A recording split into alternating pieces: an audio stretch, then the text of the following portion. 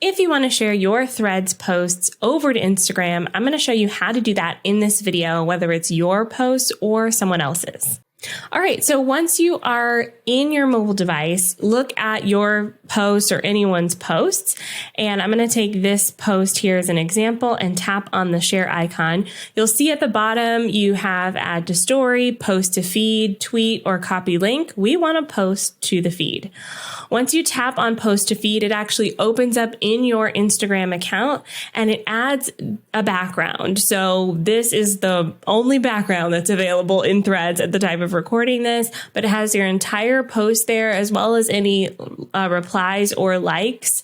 If you hit next, you can go ahead and add your captions as you would. You can schedule in advance and you can post from there. Now, the same thing is true whether you are also posting someone else's post. I'm going to go to my leaks profile here. And let's say I want to post, let me pick something specific that she posts. This one here.